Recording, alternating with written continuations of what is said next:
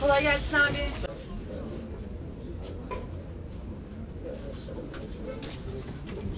Yaklaşık 25 senedir bu sektör içerisindeyim.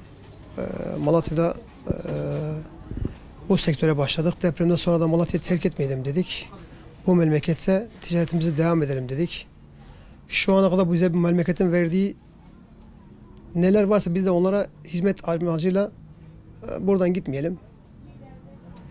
Bir katkımız olsun diye düşündük. Depremde yıkmadılar bizi.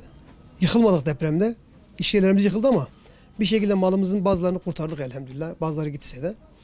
Ama maalesef dün akşam başımıza gelen olay depremden beter oldu.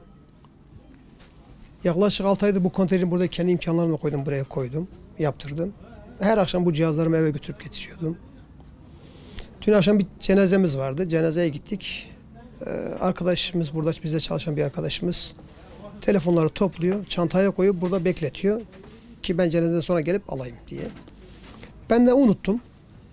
Bir anlık dalgınlığıma geldi. Bu akşam eve götürmedim. Bu akşam eve götürmedince de işte hırsızlar bizim cezamızı kestiler.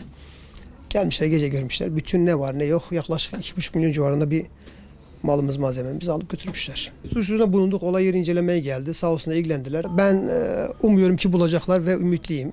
Yani ümitsiz değilim. İnşallah bulacaklar diye düşünüyorum. İkimiz 25 senelik esnafım. Benim bunun dışında hiçbir şeyim yok.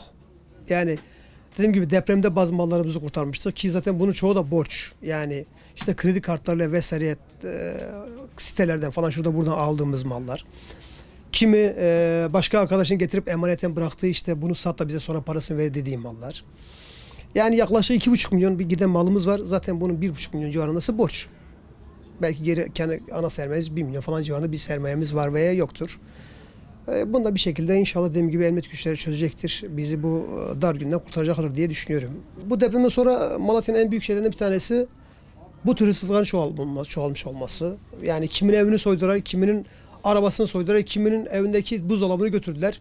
Kiminin kapılarını söküp götürdüler. Bizim de işte bu gece telefonlarımızı götürdüler. Biz de onlardan bir tanesiyiz. Dediğim gibi emniyet güçleri inşallah eline geleni yapıyorlardır ki eminim ki yapıyorlardır, uğraşıyorlardır. Bulacaklar diye ümit ediyorum inşallah.